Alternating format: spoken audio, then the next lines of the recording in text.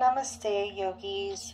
Hi, my name is Angeline, and this is my yoga channel. And today's session, we will be doing a chakra alignment, Yin Yoga. I wanted to mention when I looked up the word alignment, what that meant. And what I got as the definition was an arrangement in a straight line, or in correct, appropriate positions, position of agreement or alliance. So both of those definitions to me seem significant when speaking on chakras, because not only do they do and work independently of each other, but they most definitely work together and build upon each other. The lower chakra, being the root chakra, is what keeps us in this physical manifestation. And as we work up the chakras, we are developing ways that we bring down this higher idea, or develop not even develop, I believe it's more like allow the higher self to perform more within the physical realm, and moving out of those primal human egotistical types of behaviors and emotions. So I feel like chakras and chakra imbalances help contribute to some of the, I feel, dysfunctional behavior we experience in our lives, and a way to not only address that, but to supplement, because I do believe talking to a therapist sometimes is very helpful, or a really good, wise friend. Our parents can be a source for a sounding board. It just depends on how those relationships make you feel. If you feel like you have someone who's listening and guiding in a more passive way, opposed to influencing or imposing their will, typically that can serve you very well. But in combination with that, you could do yin practice. You can go to an energy worker, have them work on your chakras and clear any things out, or do Reiki, where they just kind of energize you and your aura and your chakras, and that helps with the healing process. So there's numerous ways to do this, and many definitions and explanations of how that all works. Really, it comes down to what resonates with you and what makes you feel comfortable and what rings true for you. And typically we usually know what's a truth for us when we have like a visceral or physiological response, like goosebumps, or you feel tingling in your belly. That usually is like an indication that what information is coming towards you is serving you in a positive way. If you feel sick, or you feel yucky or heavy, then you know that energy, that source is not serving you. So let's go ahead and get started in our practice, and let's begin with a simple meditation. We're going to sit in a simple cross-legged position. You can have your palms down or up on your knees, and we want to focus on our breath here. And we want to get familiar with our breath, and we want to feel that breath going in and out of our bodies. And when we start to go into our asanas, we're going to use this breath as an anchor when we're finding ourselves in a position that maybe feels uncomfortable and we want to get out of it. Not because there's pain or true discomfort, but because there's uneasiness or feelings of distress, but that are not, based on any true harm or threat. So let's go ahead and take a nice deep inhale through our nose, filling up your belly, then the chest, Allowing the collarbones to lift as you fill the rest of that chest up. Take a pause here, and then exhale. Start with releasing the collarbones, emptying your chest, deflating your belly, letting your belly button go all the way back towards your spine. Let's go ahead and take a nice deep inhale, filling your belly up, then your chest, lifting the collarbones, and then exhale, dropping the collarbones, emptying your chest, then your belly. Now let's do this at your own pace, continuing to breathe in and out of the nose.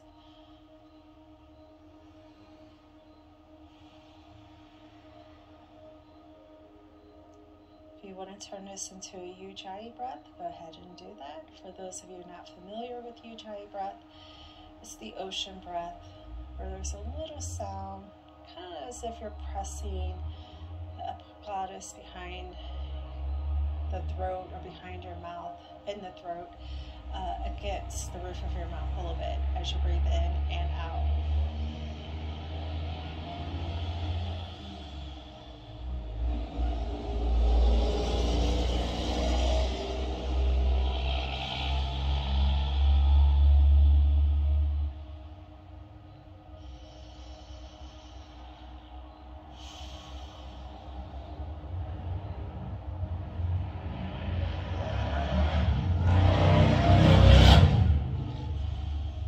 As you can tell, I live in a city.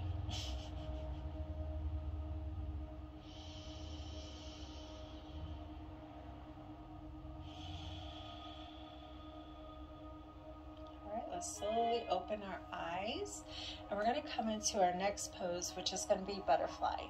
Now, we really don't need any props for this practice, but if you happen to have a block nearby, or even a pillow or extra blanket, go ahead and grab it. If you want, you can also have a blanket to sit on to help give you a tilt to your pelvis. We're going to come in butterfly, and I like to use a block sometimes when I come down into butterfly. We're only going to be in it for 3 minutes, so we're going to make a diamond shape with the legs. Keep your feet together. The big toes can come apart a bit. You can have the feet close to the pubic bone as you want, or out as far as you want. It depends on where you want to feel the stretch. If you want to feel it in the inner thighs, you're going to bring the feet toward you, outer thighs, the feet further away. If you want to get both or close to both as possible, that nice simple diamond shape is going to be your friend. So we're going to inhale, breathing in, and then exhale, and you're going to fold forward. Go ahead and bring your head onto the top of that block.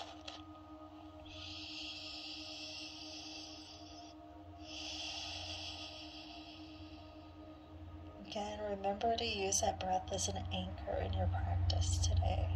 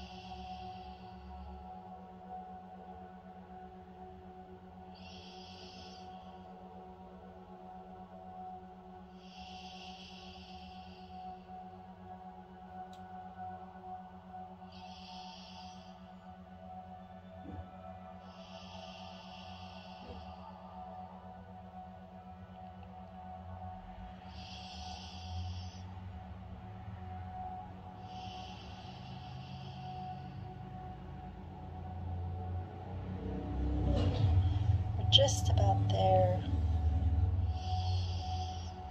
And remember, in your yin practice, you don't want to go to your full max. So we're not going to the full expression of this asana and then trying to go past that a bit. We're going to actually hold back some.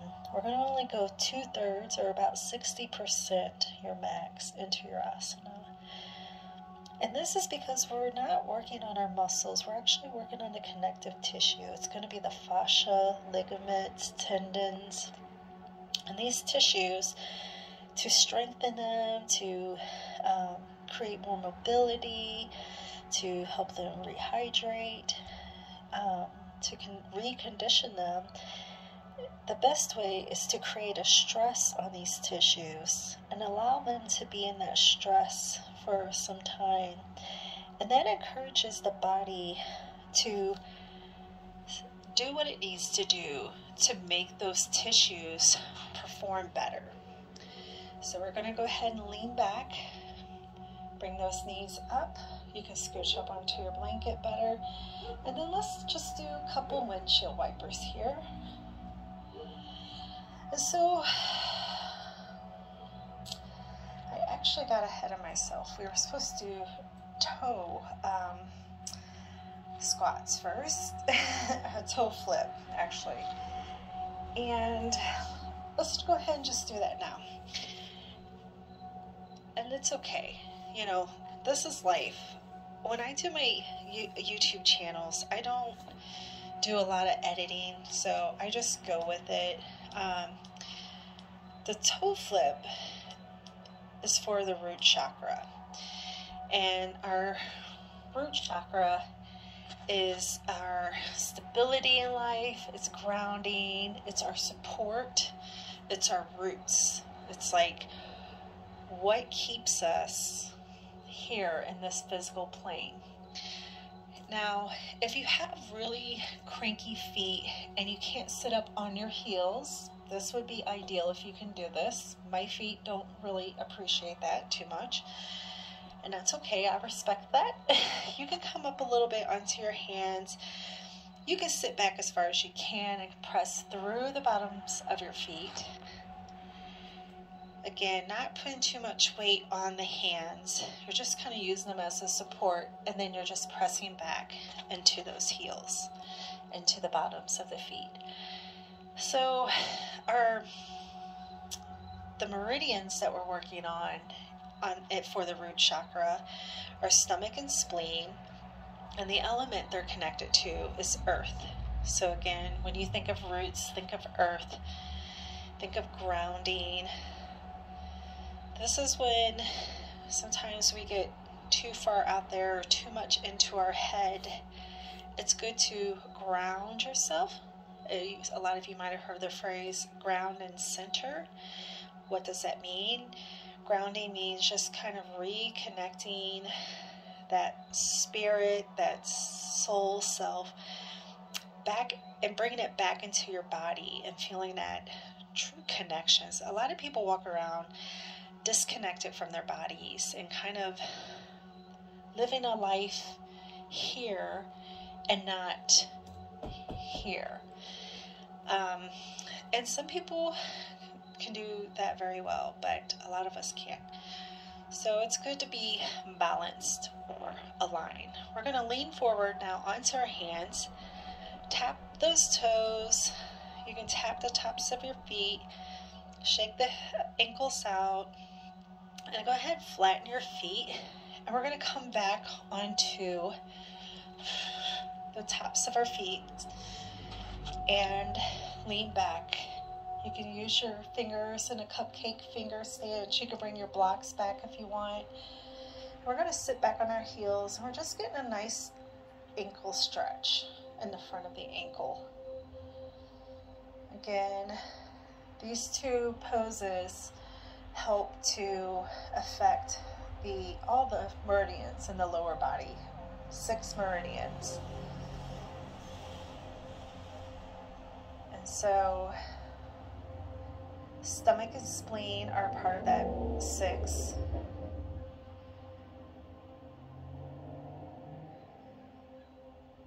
And then we're just going to be here until this light goes off.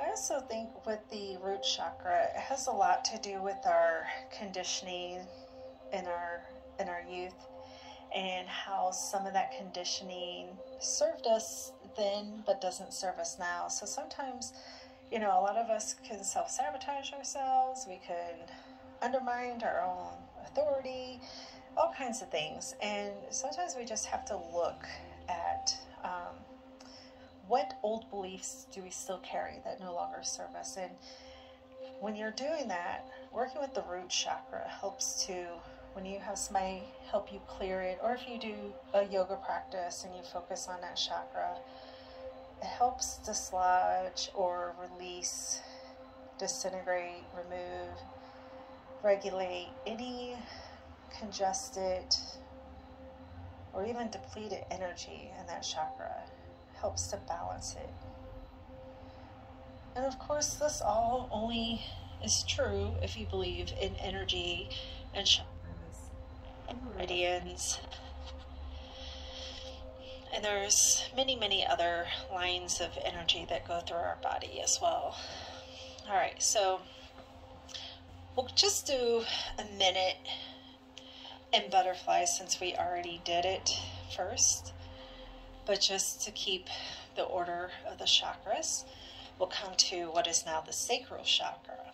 And we're just going to lean forward. Our sacral chakra is connected to kidney and bladder, and that's the water element. So just think urine, fluid, water. And the aspects of that chakra is like flowing and sensuality, creativity, our relationships, the quality of our relationships, all correlate with this chakra. If you want to use colors in your work, red goes to the root chakra, orange goes to the sacral. And so again, the reason why we're using yin to work with the chakras is because these meridians correlate with each chakra. So we just did kidney and bladder, which connects to the sacral chakra. Now we're coming up into solar plexus. Solar plexus is lungs and large intestines. The solar plexus is our personal will. It's the seat of our personal power. This is kind of like, I will do this in this realm. I am this. This is me. You know, it's our like will, but not necessarily like will over others, but will is like my expression of who I am. We're going to come into frog. Now, frog can be a tricky pose. So if you have cranky knees and you don't want to aggravate them, just bring the toes together, knees about as wide as your mat. Oh, that's my necklace hitting my mic. Sorry about that. We're going to sit back as if we're, actually I take that back. We're going to come up, keep the hips up, walk the hands out forward. And we're coming, now you can bring the hips back just a bit, and that's going to be tadpole. If you feel like you can go deeper into this asana, we're going to come onto the forearms, slide the knees across from the hips, lining the hips up with the knees as much as possible. Take that right foot and line it up with the knee with the foot flex. Take the left foot, do the same thing. You can walk the hands forward a bit. And we're going to be here 3 minutes. And let's bring the arms out in front of us. You can keep the chin up if that's comfortable. If not, just bring the forehead down. And we're just, again, only going to be here 3 minutes.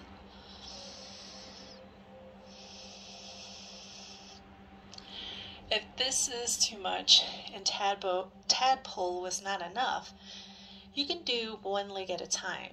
So you can have the right leg out into the frog position and keep the left leg straight and do that for 1.5 minutes. And then after the time is up, you can switch the legs and do the other 1.5 minutes on the other leg. That will equal 3 minutes.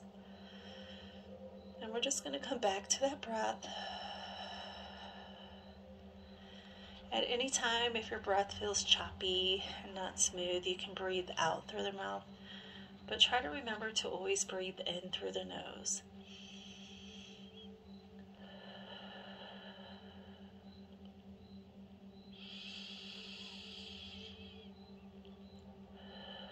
And different practices have different instructions. So the reason why I say breathe in through the nose, and you can breathe in and out through the nose, or in and then out through the mouth if the breathing is not smooth.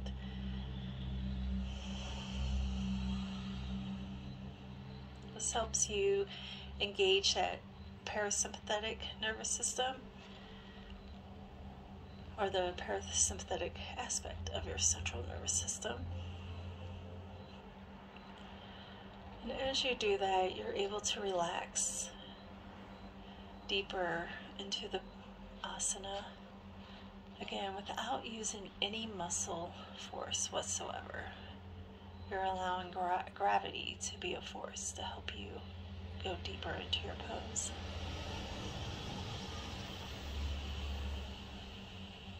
We're just about there.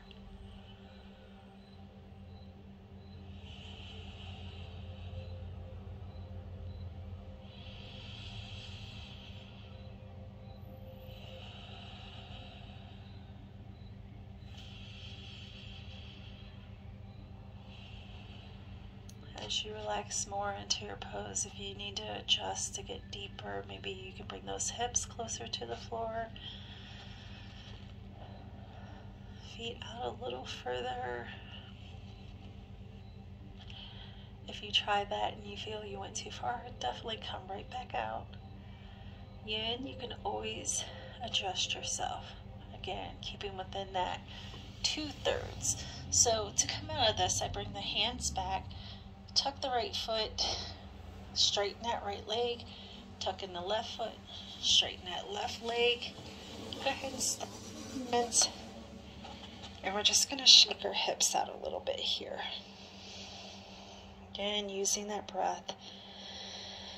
This is a transitioning pose. This helps us process and assimilate the energy moving through our bodies.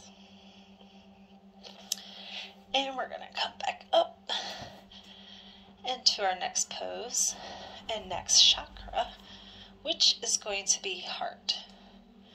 So heart, we're going to take melting heart pose. We're going to come into tabletop. Shift your hips back behind the knees just about an inch. Walk those hands out forward. And here you can bring a blanket in front of you if you want to rest your head on. Walk those hands forward. If you feel like this is pinching the shoulders, go ahead and walk your hands out a bit. And again, we're just going to be here 3 minutes. We're working the heart meridian and small intestines. Those are on the outside of the hand and the inside of the hand, going up the arms. The small intestine goes up into the head, and I think somewhere on the face, if I remember correctly. Lung starts on the hand and comes up the arm and stops in the mid-chest. I believe it's in line with the nipple, but I'm not exactly sure.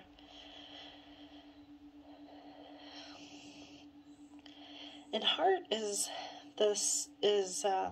connected to love, like personal love, family, friends, lovers, people that we interact with and know personally.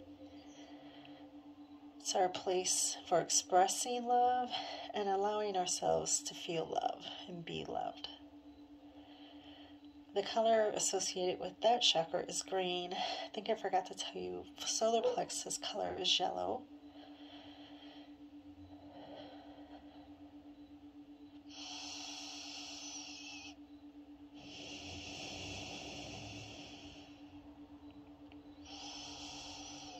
Try to keep the shoulders out of your ears. If you don't have the blanket underneath your head, keep those elbows up some. If you have the blanket under your head, you can use the blanket to help with that.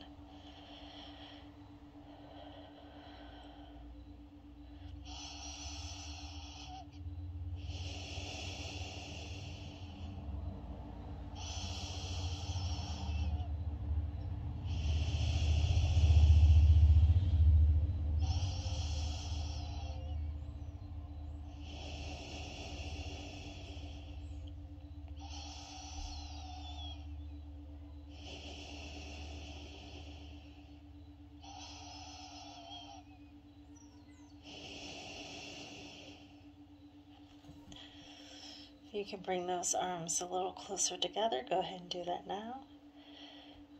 I'm going to inhale and come back up. You can move that blanket out of the way if you want. And we're going to do some cat-cow here. So inhale, dropping the belly down, lifting the head and tailbone up. Exhale, drop the head and tailbone down, arch the upper back towards the ceiling. Exhaling everything out. Going to do about 3 more.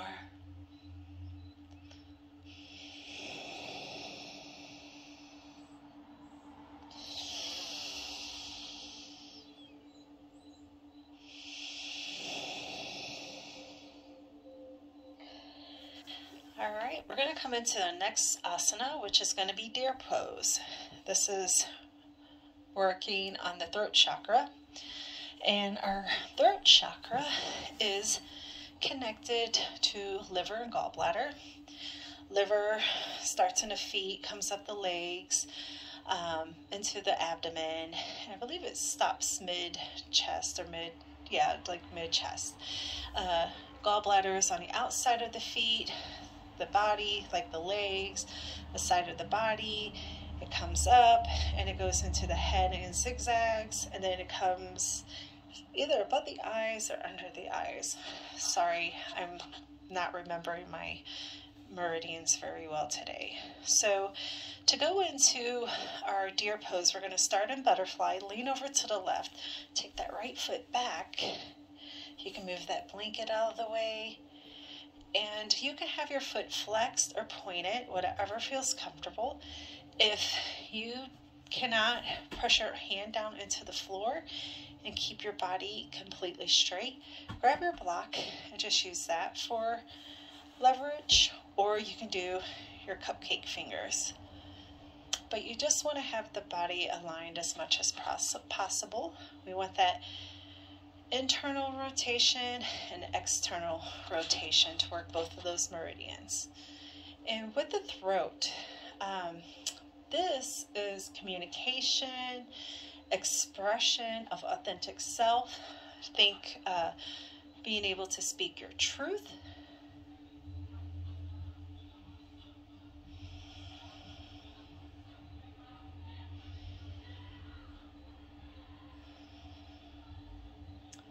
Being able to express who you truly are without fear, without remorse, without worry.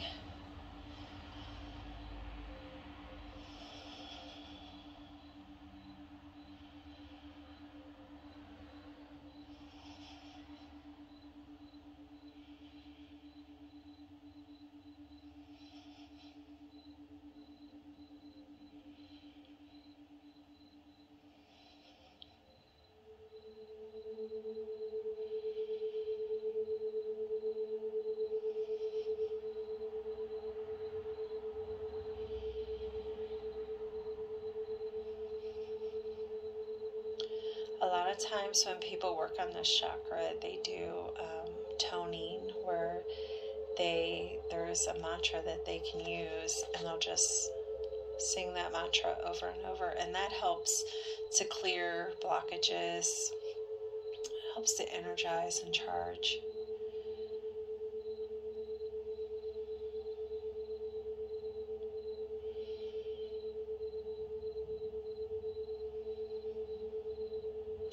Sometimes when we're not able to voice our opinions in a healthy way or speak our mind about when we're in situations where people feel like they have us figured out, but yet it's not who we feel like we are. And not being able to kind of own who you are and rewrite those stories for people. Sometimes they create storylines and scenarios in their world to make themselves feel a certain way. And when we allow that, we're affecting our throat chakra. So you're going to lean to your left, bring that right foot back forward, bring the feet together, and we'll just do a little butterfly wing here, flapping our wings. Again, doing a transitioning pose between the asana just helps with the energy to move freely. It also helps us kind of relieve any stiffness that happened while we were in the asana. We're going to bring that left foot back, and again, bringing the foot as close to as you can to the glute, pointed or flexed, whichever works for you.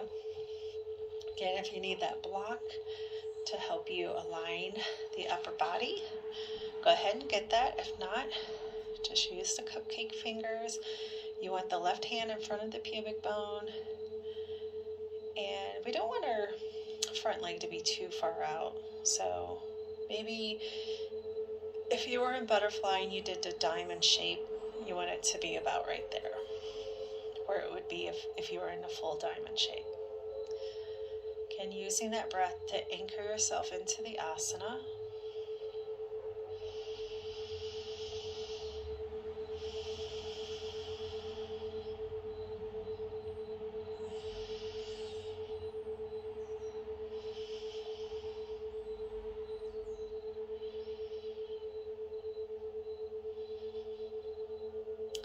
As you can see, I'm pretty DIY, or DIY. Sorry, I always do that. And I just like doing this way because I've worked on it before and I thought about it more. Like if I want to have like a produced yoga channel where everything has to be perfect and everything has to be, looks 100% beautiful, but I feel that it's important for people to have a real experience with yoga, that you don't have to be a certain image, you don't have to have a certain setup, you know, a nice clean space, enough room to move. You want your equipment to be clean. Again, yoga, even though there's a physical aspect to it, it is also an energetic practice. So it's, to me, it's also a form of a ritual and like it's also a form of like a meditation practice, spiritual development, just creating a space where you're working on yourself and attuning to what you're feeling in your body and how you feel mentally, emotionally, physically, spiritually, without any influences from anyone, anywhere, except for what you bring into the space. It's very important for people to realize that is part of a yoga practice. So while it's nice to be around other people and be influenced in ways that help motivate us, the true practice, I feel, is showing up for yourself every day and bringing yourself to this space and going through the motions and feeling what comes up when you feel it. We're going to lean over to the right, bring that foot forward, and we're going to do our butterfly wings here. And working it out here.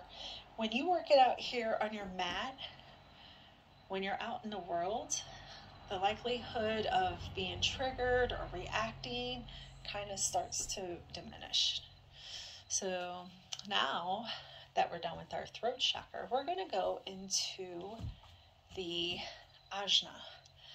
The ajna is connected to pericardium and sacral meridians. And the ajna is the center for intuition and personal knowledge. And those two are important and work with each other, need to work with each other. And the reason why is with intuition sometimes, especially when we're intuiting for someone else or trying to get a sense of something outside of ourselves.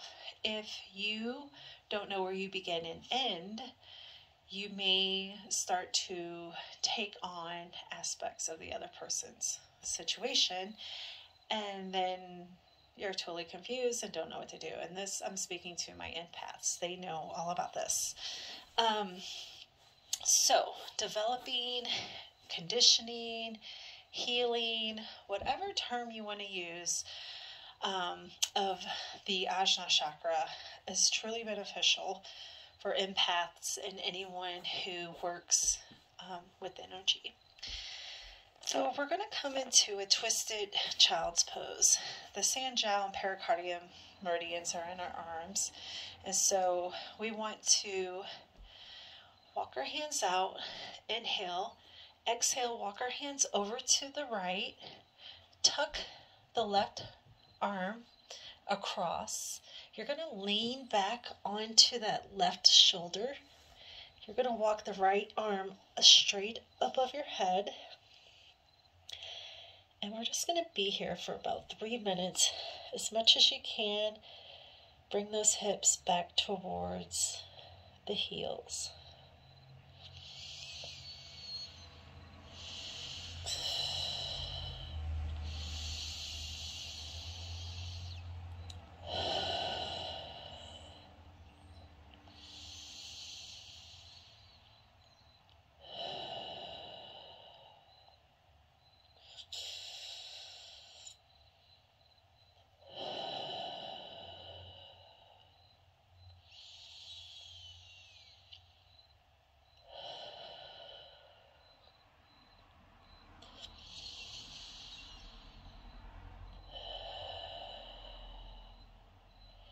If you can bring that left arm over to the right some more, make sure you roll back onto that left shoulder blade if you can.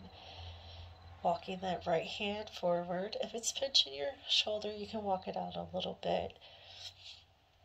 If not, you want to get a nice stretch underneath that arm.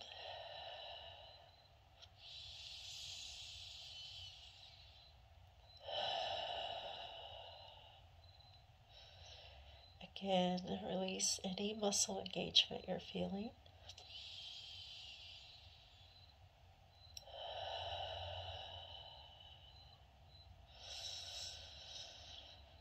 The chakras are considered to have like a consciousness of their own, and they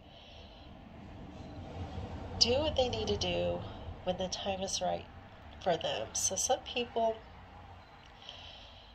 can have experiences in their lives and never read anything into it, and then one day, once the, if it's the Ajna or Crown Chakra, once that starts to open and develop, they start having experiences.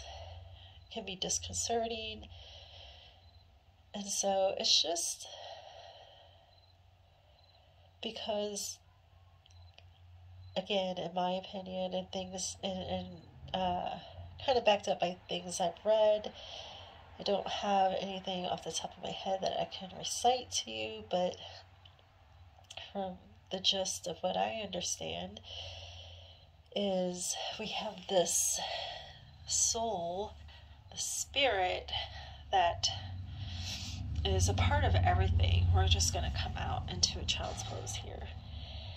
And we're all that energy, all that spirit, and we're kind of broken up into these human bodies.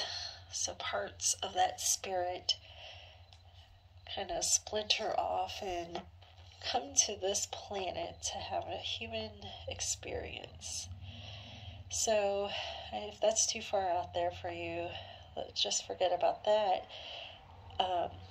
And think about this, that those energy centers, so just think of computers or cars that have computers, like they're machines, they're operated by a source, which is a human. And our bodies are pretty much the same way, except the body is the human and The operator is that spiritual self, that energetic soul. And each of those chakras are centers that command and regulate and, I guess, modulate different aspects of being. And so when we work with them in a more intentional way, we are accelerating our growth. We mature, we gain wisdom, insight, we evolve. And the ideal is to create better, to create good.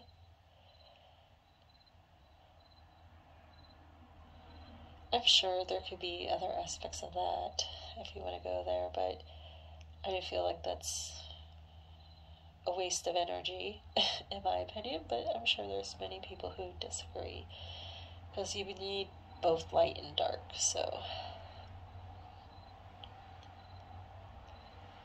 if you can reach that right arm over towards the left a little bit more, keeping that left arm straight overhead, keeping those hips down towards the heels, rolling back onto that right shoulder blade, getting a really nice stretch here.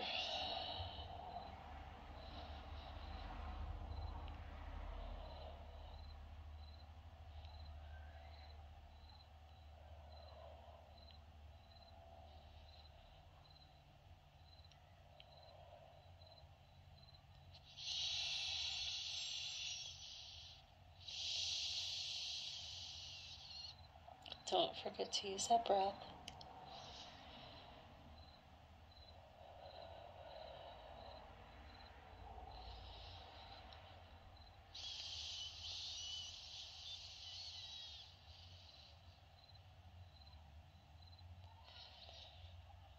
And walk that hand back towards the face. Press ourselves up. Walk the hands forward, bring that forehead down. And we're just going to be here a few moments. About 3 breaths.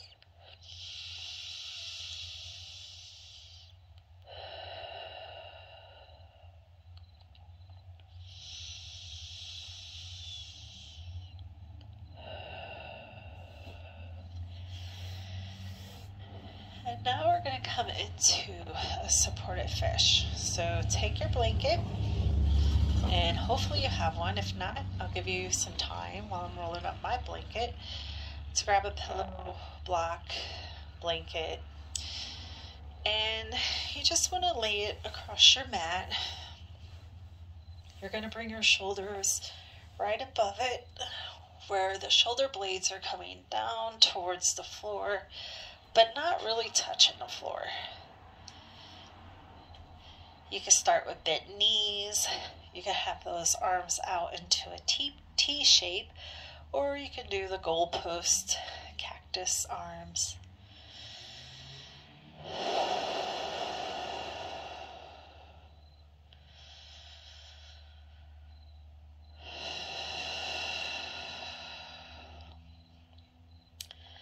Remembering to use that breath to stay anchored into your practice.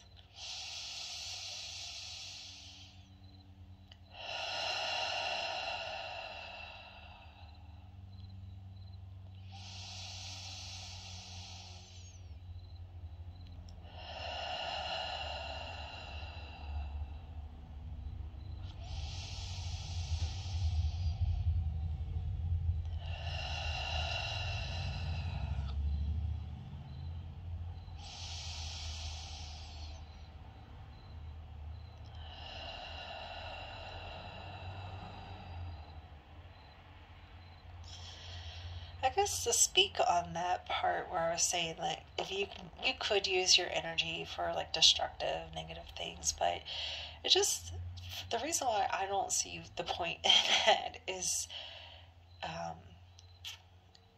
I think the purpose of life is to feel joy and love and to be happy and to find beauty in things, even things that don't necessarily seem beautiful to most, but to have the ability to see that and find that.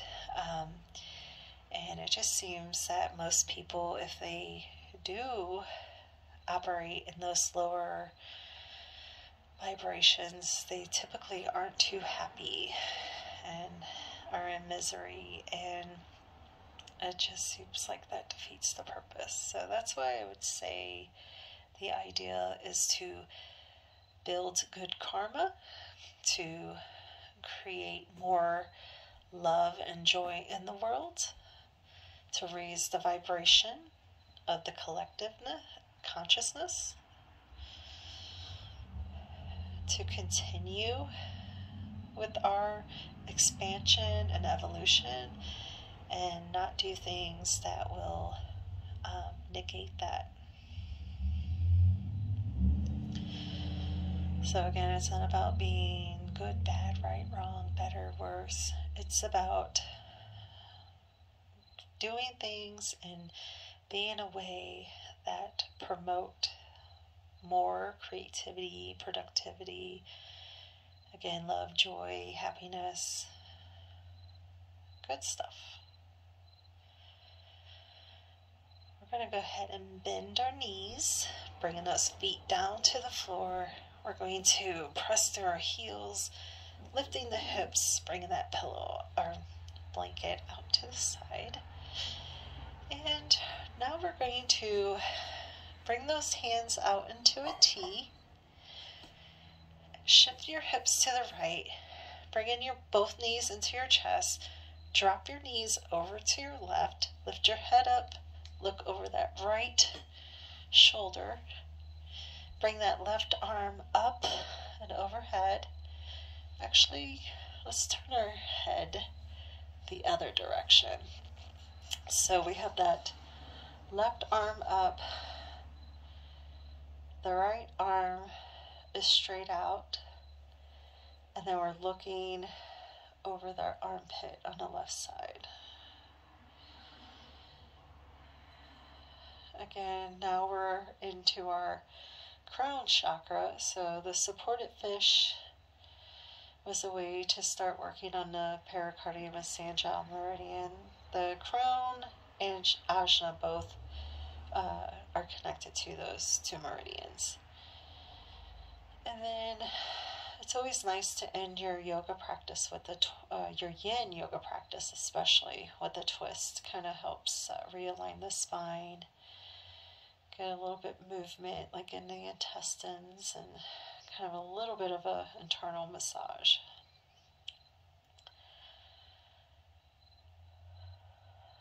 Our Crown Chakra is the aspect of like universal love and universal consciousness. That, again, that awareness that you are me and I am you, but yet we're not when we're in this body. But when we're no longer separated by our humanness, that we are all one. We truly are all one. And that's not just an empty phrase to help you get friends when you feel lonely. It's a true reality. Like this energy, when we transition from this human form, we just rejoin to the collective consciousness. And then if we choose to come back in another lifetime, I don't even know if we have, I know a lot of people believe we get to choose, but I feel like you just come back and end up how you are with whatever experiences you feel like you are still needing to have to work on whatever it is you need to work on, whatever energetic soul development you're doing.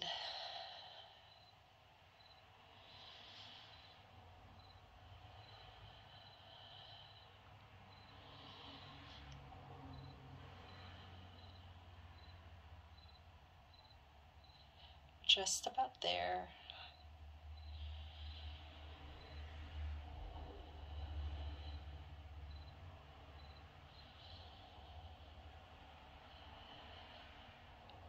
We're going to inhale, bring our head back to center.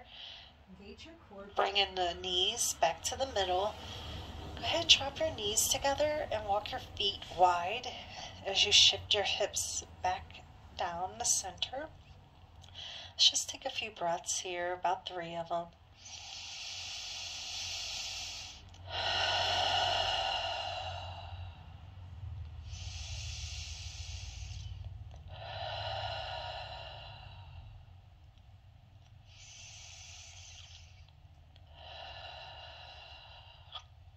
And let's go ahead and set up for the other side. So we are going to lay back on our backs. You want the arms out into the T shape. You're going to shift your hips to the left. Bring those knees to your chest. Drop them over to the right. Look over that right arm as you bring it straight up, and the left arm is out across from you, still in a T shape. The left arm is still out from you in a T shape. The right arm is straight up overhead. And you're looking over that right armpit. Again, letting the knees drop towards one another. You might have a little space, and that's okay. If you have like a weighted heating pad or pillow, even blanket, you can set it on your knees to kind of help bring them down towards the floor more. Little bean bag. Some people have bean bags for their Yin Yoga practice. Kind of, again, helps you go deeper into your practice.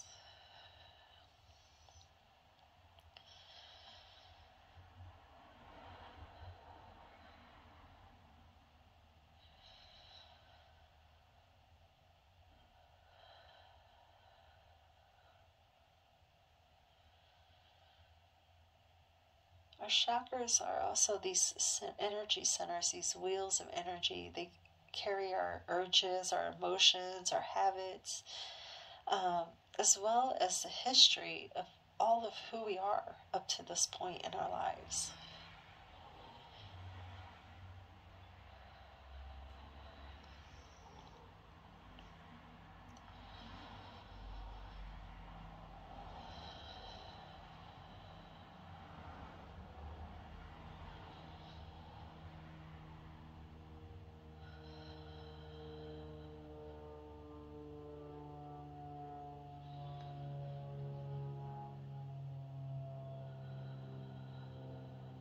Again, in your Yin practice, using that breath to stay anchored into your body, and you may start to feel the energy shifting through those meridians. You can feel spots of heat or coolness, cold, ice. Just as long as you're not feeling any severe, sharp pain, that's the only time you would want to come out of your asana. Even in times of like extreme discomfort, you can always back out, but you don't want to come straight out of your asana if you're feeling discomfort. You want to kind of sit with it and breathe through it and work through it and see if you can release whatever it is that's kind of affecting you and causing you to experience discomfort. We're going to inhale, bring your head back to center, bring in those knees back to the middle, bring the knees together, shift the hips down the center, feet are wide, almost as wide as your mat. Going to be here about 3 breaths.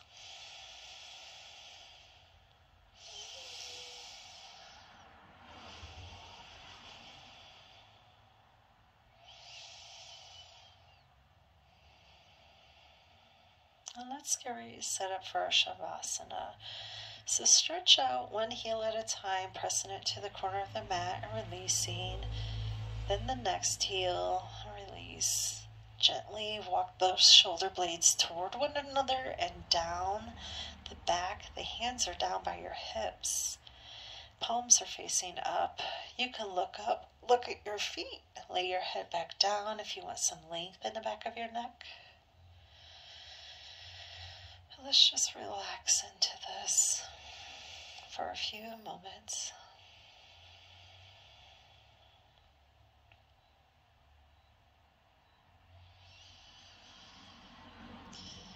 Giving yourself praise, congratulating yourself for committing to your practice today and to yourself for your betterment. Surrender into the support of the floor of Mother Earth, allowing any residual congested energy to be released from your aura, from your chakras, from your meridians, allowing fresh flowing, energized prana, chi, energy to flow through you, to fill up your body.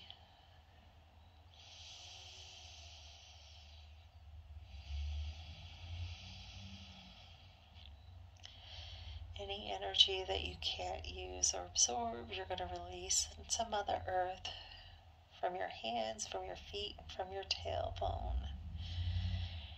You're going to let all excess energy flow out of you into Mother Earth, filling her up with golden white, bright light.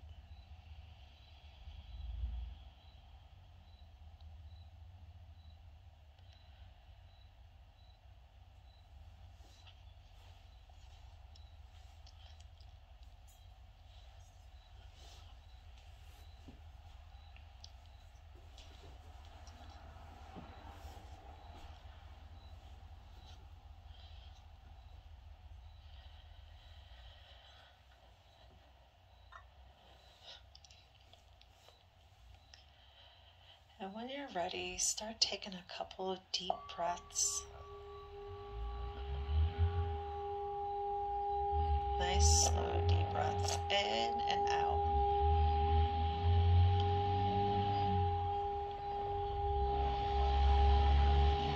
On your next inhale, you want to breathe in as you straighten your legs and your arms overhead and stretch throughout the whole length of your body.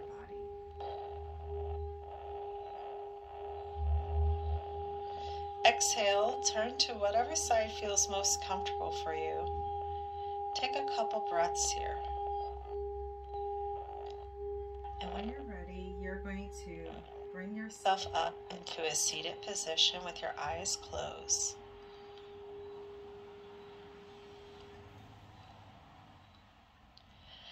On your next exhale, you want to drop those hands down to the floor. Inhale, open your eyes, bringing those hands up overhead and together, down in front of your face, into the front of your heart, into Angeline Mudra. Pressing the thumbs into the breastbone. Peace and namaste. Thank you for checking me out today. I hope you like this practice, and I hope you consider subscribing to my channel as there's more people interested. I do feel that will inspire me to do more and to create more content. I do this mainly for fun and to share with anyone who is interested. But the more serious the interest is, the more I feel justified into putting into this. So hopefully there's an audience out there for me, and if you know anyone, please share my this video with them. Thank you, and enjoy the rest of your day. Namaste.